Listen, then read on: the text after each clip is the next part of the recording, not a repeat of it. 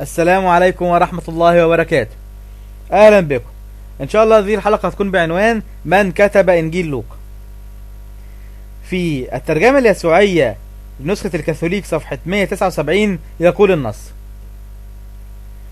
هذا الإنجيل الوحيد الذي له مقدمة، وهذه المقدمة موجهة إلى رجل اسمه ثوفيلوس، ويبدو أنه رجل ذو شأن، ووجهت له أعمال الرسل أيضا.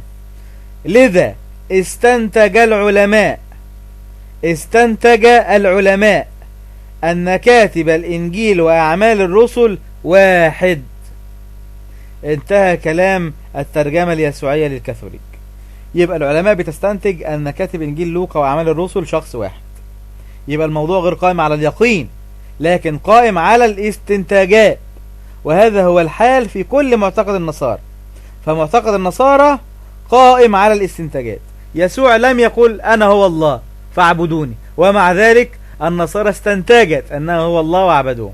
يسوع لم يقول إني جئت لأصلب من أجل رفع الخطيئة الأصلية، ومع ذلك قال النصارى أن يسوع جاء من أجل الصلب ومن أجل رفع الخطيئة الأصلية. لا يوجد دليل على أن لوقا هو كاتب إنجيل لوقا، ومع ذلك قال النصارى بالاستنتاج أن لوقا هو كاتب إنجيل لوقا.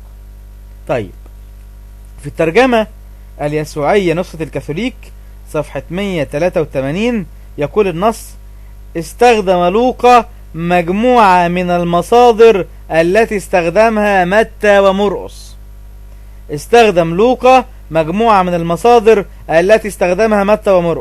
انتهى كلام الترجمة اليسوعية للكاثوليك.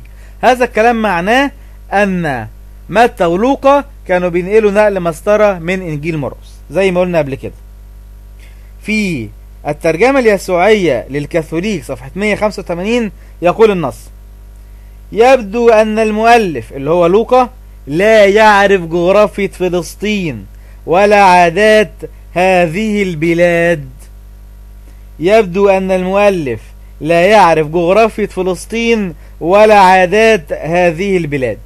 انتهى كلام الترجمة اليسوعية للكاثوليك. طب هذا الكلام معناه ايه؟ معناه نسف لمعتقد النصارى بأن الروح القدس اشتركت في كتابة هذا الكلام، لأن طبعا مش معقول أن الروح القدس لا تعرف جغرافيا ولا تعرف عادات فلسطين.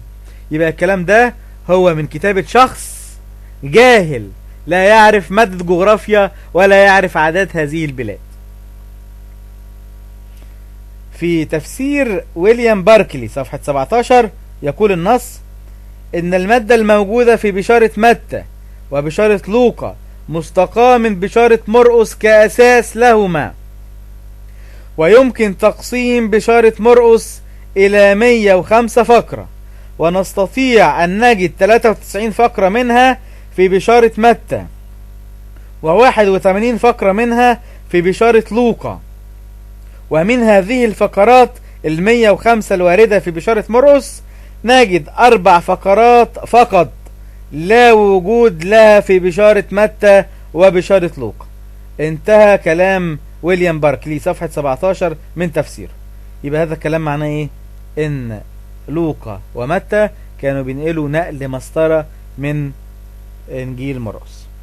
نستودعكم الله، نلتقي في الحلقة القادمة، والسلام عليكم ورحمة الله وبركاته.